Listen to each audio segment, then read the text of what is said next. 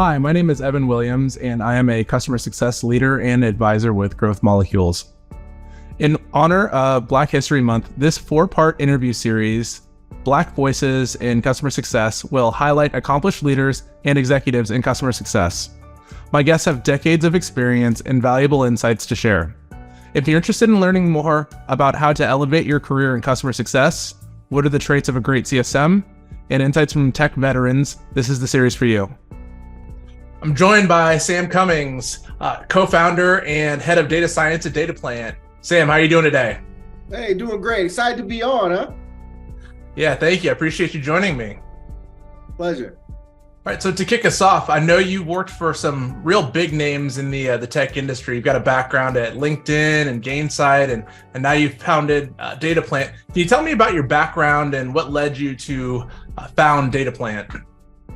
Yeah, I had a really great opportunity. And so my background primarily is working in pre and post sales analytics roles. So the person who wants, essentially we get all this data, what are we going to do with it? So I help companies, whether it's pre-sales. So, how do we look at, lead rates, like how they convert to a deal, or looking at what is the best ideal profile for us to work with clients, all the way to post-sales. So once someone does a deal with us and they're a customer, how do we make the most out of that relationship? How do we ensure that they don't churn or, leave our subscription, or they spend the most and get the most value out the platform? And so it's those kind of use cases I got a chance to do. And so DataPlant really came along that journey, really coming in as someone who did it from a technical perspective. My background was doing analytics, but I got a chance to actually be a CSM. So when I was at LinkedIn, I became a customer success manager. So not only did I get to apply what I've learned as a technical person, but actually put it to practice. So just had a really good experience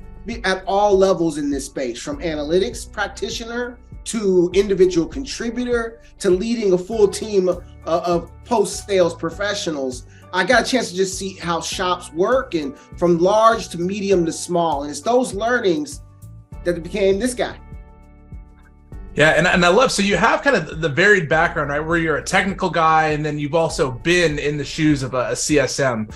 And for those folks that are unfamiliar with customer success operations, it's a field that's growing like crazy. Can you tell me what customer success operations means to you? Yeah, and I think this is something where, all people can relate, right? Being able to drive any team or drive any business, underneath the hood, there's operations. So it's the same thing for customer success. So customer success operations is the team that's tasked with bringing all the data together and making it actionable in people's daily workflows. And so that experience essentially today is very unique for customer success for one key reason. And that is because CS is a team sport. And what I mean by it is you got to bring data not just from our department as customer success, but we need support ticket data. We need product usage data, so we need data from product. We need sales data, so what they sold, what they agreed to. So essentially, to do customer success well, to get a 360 view of your customer, you got to play team ball. And what that means is you need people on your team that can work with that data, bring it together to be able to serve those insights that you need to be successful. And so that's what customer success is in a nutshell. It's the team that brings that data into whatever systems or tools those teams need to use in their daily workflows.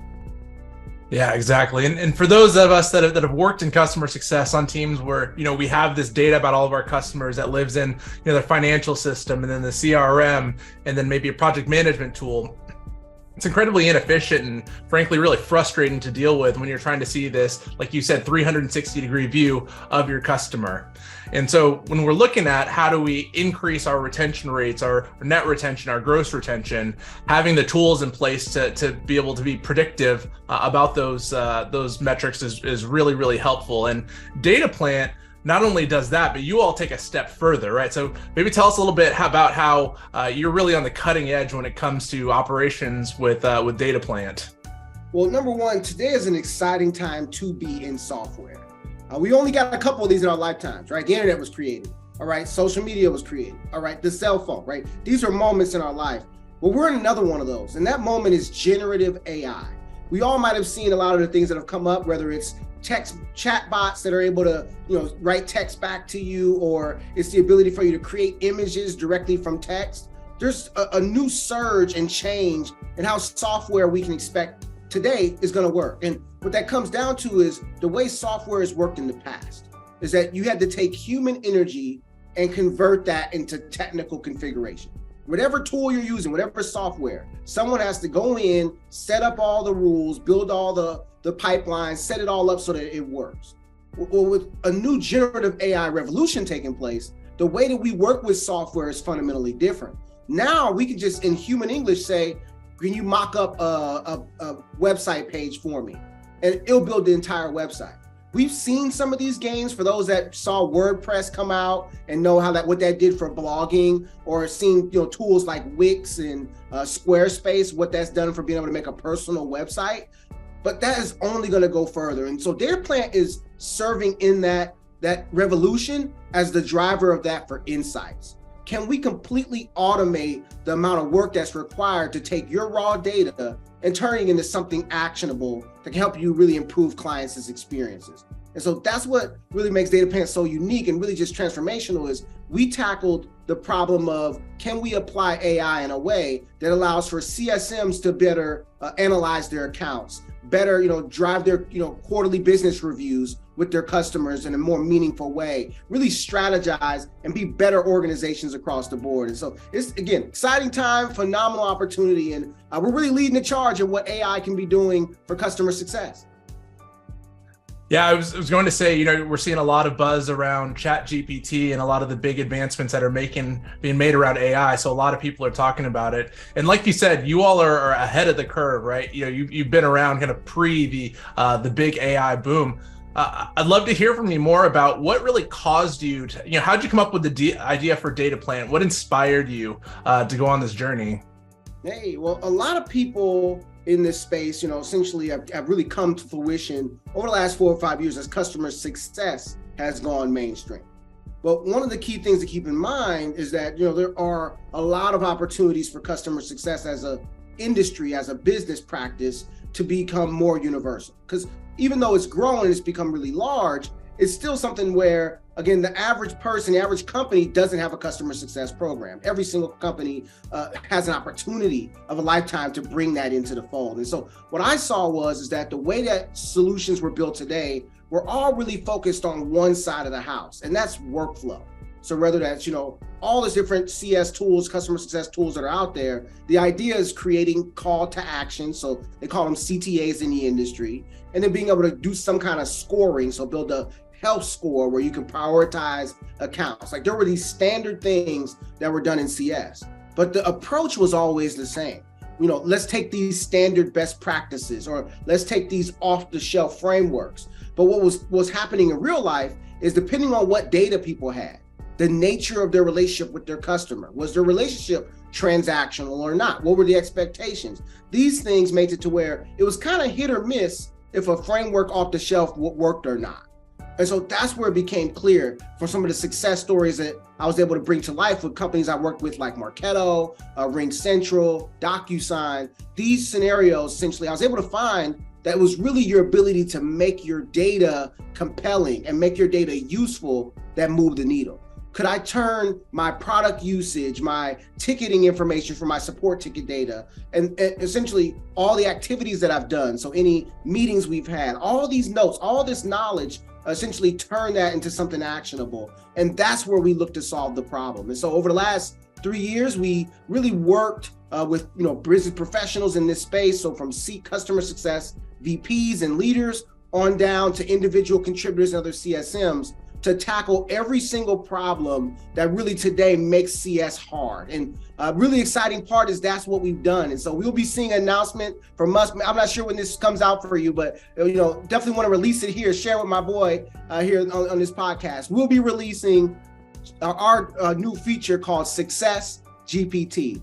And what essentially that's going to allow for people to do is, again, take all the learnings, all the things that I've learned and really working with these customers and finding out how do you make data useful and really bring that to life for yourself. And so what Success GPT does is it allows for you to send any goal that you have for a client. So you say you want to increase their number of stakeholders engaged or add number of users that are logging in daily.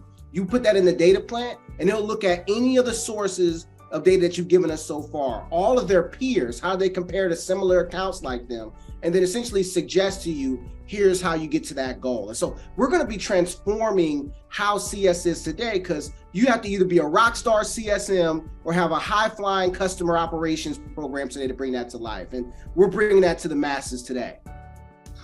That's incredibly exciting. I can't wait to see when that's live. I'd love to see a demo of that. That sounds fantastic. And I know that that's going to help to save tons of time. And I know that the name of the game is increasing efficiency, right? Predictability. So, I'd love to see you all are leading the charge on that. Yeah.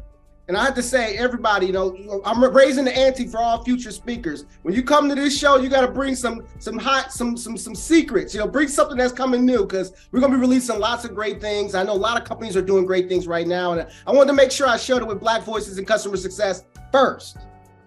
I love it. Thanks, Sam. Much appreciated.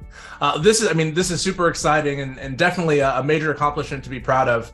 I'd love to hear more about, what you feel in your experience with Data Plan. What are you most proud of to date with the team, and what are you most excited for going forward in the next year? Yeah, so number one, super proud of the team. Phenomenal thing. We work globally. We're in St. Louis, Missouri. For those who don't know, that's the show me state. So, we bringing this to life. So everything I'm telling you is real, right? So the exciting part is we have truly done something that just hasn't been seen before. And people are really primed for it, right? Where the world has, seen ChatGPT. They've seen these image generators. So it's a phenomenal lifetime opportunity where not only is your industry right, you have a great value product, but then the world is watching. So that's really what's exciting the most, at the highest level. But what I think has really got me pumped is that, our goal over the next 3 to 4 years is to bring this further down market. So the same way every person can create a WordPress website on the fly, just if you have a business idea, boom, all of a sudden you have a store shop to sell stuff.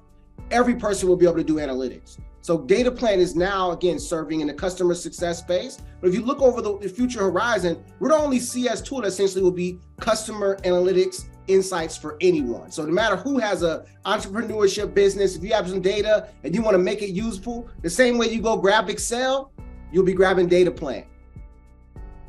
Yeah, it's amazing to see that you all are leading the charge. This is really kind of cutting edge at when it comes to the technology that's supporting and driving customer success. You all are really taking the lead there. So certainly a lot to be proud of, and it sounds like a lot of very exciting things coming. For sure. And any tips I can give, I'd love to share with this community. I think it's important that we continue to be open with our frameworks, our ideas, our concepts. That's how you build a powerhouse that's beyond one logo. So I'm just glad to be here and sharing. I'm excited to work with anybody through this opportunity. And so obviously you have some incredible wisdom to share. You've had a fantastic background, and you've been through a lot. I'd love to hear, what would you say to someone who is looking to get into entrepreneurship and tech? What are some of the things that were challenging for you, and what are the recommendations that you would make to someone that's thinking like, hey, I've got this great idea. I feel like there's a market for it. What would you say to that person? All right, get your popcorn. All right, and get a pen and pad, because we're about to go. So this is one that, again, I reflect on time and time again. I will start with something that someone told me. The way that I got in, or the way that I changed my career, is not exactly the same way you're going to change yours, right? So start off there, right? Every era that you have come into, there's different dynamics, there's different core, things that are happening in the market. There's different paradigm shifts in how people consume products, how people interact, how people even work. Like the future, apparently we're probably going to have a 4-day work week. So all in all, things are going to be different in the future in how we work. But I do think there's some golden gems that I love to share. And so one of them is a framework or a concept I call getting in the Einstein seat. And what I mean by that is, for those who don't know, Albert Einstein, might know, great scientist, came up with general theory of relativity, all that kind of stuff, right? Physics, right? But how did he get there? How did he know that? How did he figure out? Did he just think it up out of nowhere? Well, most people don't know is that Albert Einstein worked in a patent office. Now, again, I don't want to denounce Albert Einstein's brilliance in no way. Man's phenomenal, yes. But imagine what opportunity you might have had to understand science in a more deep level when you work in a patent office and you approve patents of all different kinds of mechanical, electric, light-based use cases. You might learn things or get a perspective of things that you couldn't have gotten otherwise, just from the fact that you're a patent reviewer. Well, there's tons of opportunities like that out there in this world. We're working at a company, find a space, an opportunity, again, where you have a seat to see high value insight in something. And so for me in my career, this is where that was a universal for me. So I'll speak to my example, but again, find that Einstein seat in your space, in your world at your point in time, right? But for me, I came into a company called Gainsight that essentially was doing customer success with tons of other companies. The main place you want to find yourself is in a customer-facing role. What that allows for you to do is build more relationships and connect with more people than you would have if you just work within one company internally. Again, it comes with its own drag, some challenges. Customer-facing, you have a lot of emails to respond to, but that's what helps give you relationships and a network of people that you've shown that, hey, you're a high performer, you're a person that's credible, whatever level of work you deliver, you able to establish those relationships. So between the Einstein seat, for me at Gainsight, I was a customer implementation specialist. So I just implemented the tool for people. But since I managed 20 to 80 accounts at once throughout my career as I went through different roles, it gave me that perspective, just like Einstein got that perspective working in the patent office. And those learnings from working with tons of accounts, seeing them all solve the same similar types of problems, that's my use case. But there's tons of industries where you can find a company that's got high customer ratios. I would recommend that there is some technical element of it. The more low technical it is, the less room for you to either one, build a relationship with that person because maybe you just click the switch. There's not much value there. But if you're solving problems with people, a little bit better. So recommend a little bit more technical, but the point being is still the same. Customer facing, find an Einstein seat where you have a large value and where you get to really get exposed. That's going to set you up for true inside knowledge that then you can share with others, or you could be able to bring to whatever next role you have. And so I'll pause there, but that's the number one thing I'd recommend is getting that Einstein seat and still focus on something that's customer facing, a little bit technical, and really build your network and build your experience that way. Yeah, I really appreciate that idea of the Einstein seat. And I've had a piece of advice that I once got was you never want to start a business where you don't already have an unfair advantage. So it sounds like for you working at Gainsight, having this exposure to so many different tech companies and how they operate, that was your unfair advantage in the market that you were able to capitalize on. Yep, same as you. I've been working with this opportunity right here with Gulf Molecules. Phenomenal organization, is doing such great work. I've seen those reviews, right? Those crowd reviews. So phenomenal stuff. And again, it's those kind of opportunities. I can't recommend anyone enough. That's the opportunity that's going to set you up to be able to actually have that industry credibility to go in and start your next company, or go into a new company and really take on a leadership role, or even be a really good individual contributor somewhere. It all comes back to that you have your own take because you really got your own perspective over time. Yeah, so you got to make sure that you're taking advantage of those opportunities that are presented to you. Oh, don't we all, right? I mean, it all always traces back to that at the end of the day. That's right. And Sam, I got to ask you, I know that you were a new father. Congratulations. And got a beautiful young son. For anyone out there that, is a new father, new parent, and is also working in the tech industry, what's your advice on how to manage your time, right? How do you manage that work-life balance? Well, I'm going to tell you, number one, I'm definitely on the learning curve. We all are on that spectrum, right? So, and chaos is kind of a part of it, right? There's no easy way to have a baby and really raise him, right? It's work, it's hard, it takes a lot, right? So again, no easy solutions here, but I will recommend some things that I've tried. Again, to my detriment, balance still growing there, right? So number one, obviously with any newborn, you're not gonna get much sleep. The babies eat every 2 to 3 hours. So but for those who may be like me, I'm a more, I guess you could say, introverted worker. When I'm working, like I may work for 8 hours throughout a day on something. Like, I might, when I'm reflecting, it's coming to me, like throughout the day, I'm processing and queuing and working.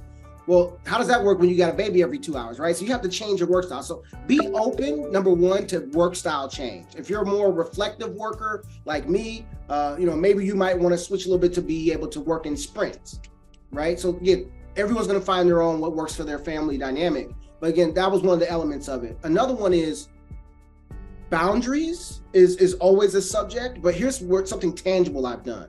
I have a charger near my door. So when you come in my house, there's a charger plug. I charge my phone right there. And I leave my phone right there when I come in the house. So what that does is, usually your phone is an extension to your email, and your email is an extension to your to-do list, right? So if you don't separate there, you're never going to win, right? So, you could try snoozing, that works somewhat too, but one of the most bold things I've done that really helped, and again, maybe I'm not as responsive I'm not like 24 hours, maybe I'm 26 hours in responsive, right? Or maybe I'm, responsive, somebody pings me, I might take 2 hours for me to respond. So again, I give everyone the fair warning, not perfect, but I tell you that mental space of you really be able to spend time and really be present as a father, as a mother, as a caregiver, it's one of those things that just adds to that ability, because you're not at all being mentally bothered. And then when I come back to it, hey, I got to get my tasks out the way, but at least I'm really creating that space for myself and my family. So just some simple tips I recommend there. Again, I don't have all the blueprints. I'm still learning along the way. Yeah, those boundaries are so important, especially in this remote workforce area, right, where we're available 24/7. And you talk about how your cell phone really, people are able to reach you, or you're available via email and phone calls and text messages all day long. So I like that idea of leaving the phone charging around the front door, or at least somewhere that's away from you, right, where it's not going to distract you from your work, or excuse me, from your time with the family. Yeah, there we go. You had it. Well, awesome. Well, hey, I appreciate the time so much, Sam. If I can leave anything, do you have any parting wisdom, any advice that you would give to our audience? Yeah, the world is going to change. Sorry, newsflash, nothing new, right? But I think the one thing to note in mind is how we do work and how we define what work is really up for change and really up for debate. And Data Plant's really bringing that to the customer success space. Do you want to have to go through 3 months of analysis to figure out what's working, build out automation manually over the course of 3 months, and then maintain that? If that's the premise that you've been sold in the past, with the idea of that makes the product sticky, maybe there's opportunity for something else. So I'm excited to help and support you. If you have high customer ratios, meaning you have a lot of customers per every CSM, where there's no way you could be as productive as you could with a data plan. If you have multiple companies you've acquired, so even though you have a CS program, you have a lot of different systems, and it's hard to combine them all. And a Salesforce project or a CRM integration takes months. We're that platform to save you that time. So there's true pain out here. There's a better way. I know a lot of CS teams have been impacted by the layoffs and have to do more with less. We are that platform. And so just regardless of where you are in your career, if you're looking to try to make your splash in CS and really take your team or your company to the next level, we are that platform. So I'm excited to work with you. You catch me on LinkedIn, Samuel J 314, or check with Growth Molecules, phenomenal team there. And you'll see me at Post 23. So see y'all soon. I'll be there. Yeah, definitely excited to check out your session. All right. Thanks a lot, Sam. Appreciate it.